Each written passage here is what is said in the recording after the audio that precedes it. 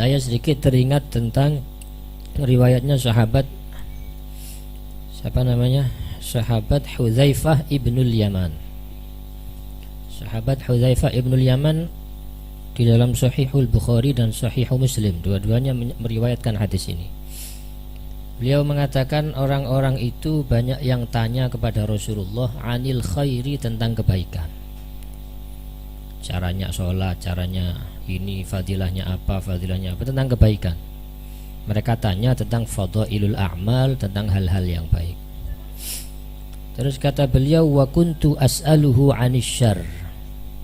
Tapi kalau yang aku tanyakan tentang keburukan, yang aku tanya tentang kejelekan.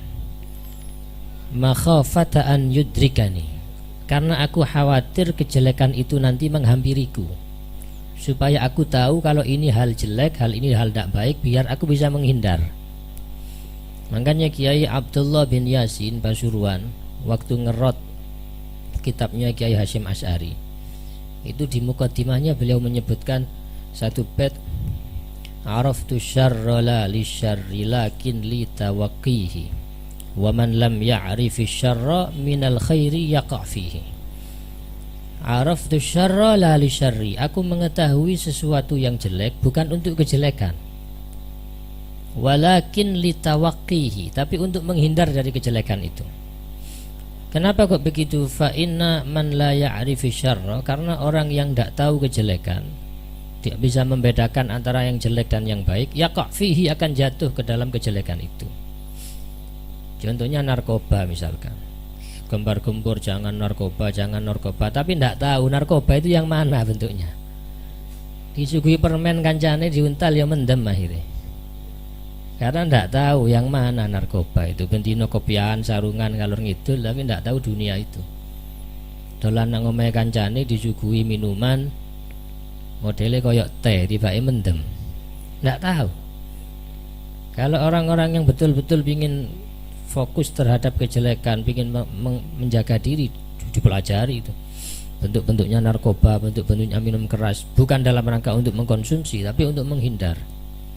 Kecuali kalau memang secara zahir kita sudah betul-betul bebas dari hal itu, kita di pesantren sudah sangat aman, tidak perlu tahu itu, insya Allah sudah aman. Komunitasnya komunitas baik semuanya. Tapi kadang-kadang kita kalau di luar kan komunitasnya campur, sudah macam-macam. Santri waktu mondok mungkin ketemu sama santri, nanti kalau sudah lulus di rumah kan komunitasnya sudah bertambah. Nah itu perlunya araftu syarra la li syarri lakin li tawaqqihi. Makanya Hudzaifah ibnul Yaman beda dengan sahabat yang lain, dia tanya anis syarri, tanya tentang kejelekan. Akhirnya fakultu ya Rasulullah, tanya kepada Rasulullah, ya Rasulullah, inna kunna fi jahiliyah. Rasulullah, kita ini dulu sebelum jenengan diangkat menjadi Rasul, hidup kita ini hidup jahiliyah, hidup tanpa aturan sudah. Sopo sing karep, sopo sing kuat, duwe-duwe ya situ bebas sudah. Perempuan zaman dulu bebas, mau pakai model apa bebas, mau punya istri berapa saja bebas. Sebelum datangnya Islam, faja'anallahu bihadzal khair, jahiliyah jelek model gitu, kemudian kita dikirimkan oleh Allah kebaikan melalui panjenengan ya Rasulullah, melalui agama Islam, melalui diutusnya Rasulullah sallallahu alaihi wa alihi wasallam. Fahal ba'da hadzal khairi min syarrin, terus kemudian setelah kebaikan ini apakah nanti ada keburukan ya Rasulullah? Setelah ditinggal Rasulullah nanti apakah jadi buruk lagi? Dijawab sama Rasulullah, na'am, iya. Setelah masa jaya dengan Rasulullah ada masa buruk. Karena di zaman Rasulullah itu semua masalah dunyawiyah, diniyah dihadapkan sama Rasulullah beres semua. Makanya disebutkan wa zamanin anta hakimuhu zalama fihi minal iwaji. Zaman yang dipimpin oleh Rasulullah segala macam iwaj, segala macam problem masalah beres semua. Sing dilaporkan urusan agama, urusan rumah tangga, urusan pribadi, keluarga, ekonomi, segala macam atur sama Rasulullah beres sudah. Seandainya kita ini hidup di zaman Rasulullah beres semua, tidak ada pilpres-pilpresan, tidak ada partai-partaian, tentrem semuanya, beres. Kata Rasulullah, na'am, ya, setelah kebaikan ini ada keburukan. Fakultu hal ba'da dzalika syarri min khairin, kalau nanti jelek ya Rasulullah, zamannya sudah amburadul, apa ada baik lagi nanti? Dijawab sama Rasulullah, na'am, ya, wa fihi dakhonun, ya, besok nanti baik lagi, tapi masih remang-remang baiknya. Ada sesuatu yang menjadikan rancu. Dari jahiliyah ini buruk, zamannya Rasulullah baik, nanti ada buruknya, ada baiknya lagi. Kemudian wama dakhanuhu, terus yang menjadikan kondisi baik itu jadi rancu apa ya Rasulullah? Jadi tidak jelas apa. Jaya Islamnya tapi ada yang menjadikan remang-remang, jadi ruwet, apa itu? Dijawab sama Rasulullah, qaumun yastannuna bi ghairi sunnati. Nanti akan ada orang-orang yang membuat sunnah tapi bukan sunnahku. Jadi bikin kebiasaan sunnah-sunnah, ngarang hasil-hasil karangannya sendiri. Bukan sunnahnya Rasulullah dianggap sunnahnya Rasulullah. Yang bid'ah dianggap sunnah, yang sunnah bisa jadi dianggap mungkar, dianggap bid'ah. Sehingga potongan ulama tapi membingungkan.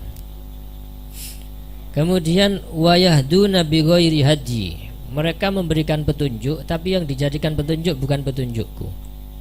Mengajak orang menuju Allah tapi caranya atau jalannya bukan pakai jalannya Rasulullah. Ta'rif minhu matungkir, sebenarnya kalian tahu tapi koyok pangling, bingung akhirnya. Tahu dari sifat-sifat ciri-ciri, oh ini sebenarnya, tapi bingung karena memang zamannya. Ya apa potongannya kopian putih imaman kabeh kok. Imaman kabeh, akhirnya harus diikuti semua. Dianggap mereka adalah yang yahduna bihadi Rasulillah, padahal bukan yahduna bihadi Rasulillah.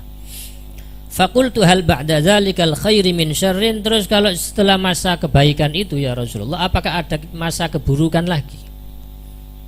Qala na'am, ya, ada masa keburukan lagi. Du'atun ala abwabi jahannam man ajabahum ilaiha qadzafuhu fiha.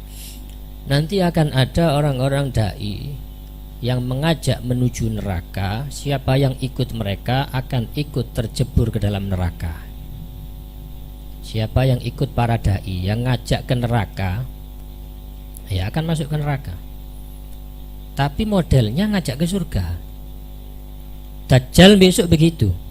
Sebelum Dajjal ada Dajajilah yang model begini. Dajjal kecil. Ia pakai mic, ia pidato. Kemudian qala Rasulullah, qala Allah Ta'ala. Isinya cerita dan macam-macam. Banyak pengikutnya, followernya banyak, viewernya banyak.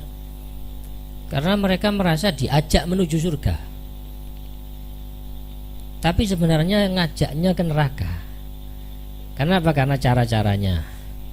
Kalau dipreteli betul lewat hadis-hadisnya Rasulullah, lewat kalam-kalam dan mazhabnya ulama-ulama terdahulu, jelas salah, jelas ngajaknya ke neraka ini. Tapi karena desainannya qala Allah Ta'ala dan qala Rasulullah, qala salaf, qala ulama, sehingga kayak dia ngajak ke surga. Loh, keterangannya Dajjal itu begitu. Siapa yang mau ikut ke surga sini. Makanya di hadis Sa'ah itu disebutkan besok Dajjal itu ngajak ke surga, kasih pilihan sama umat Islam. Yang mau masuk surga ikut aku, yang tidak mau masuk surga jangan ikut aku. Diperangi sama Dajjal. Kalau Dajjal ngomong surga maknanya neraka, kalau dia ngomong neraka maknanya surga.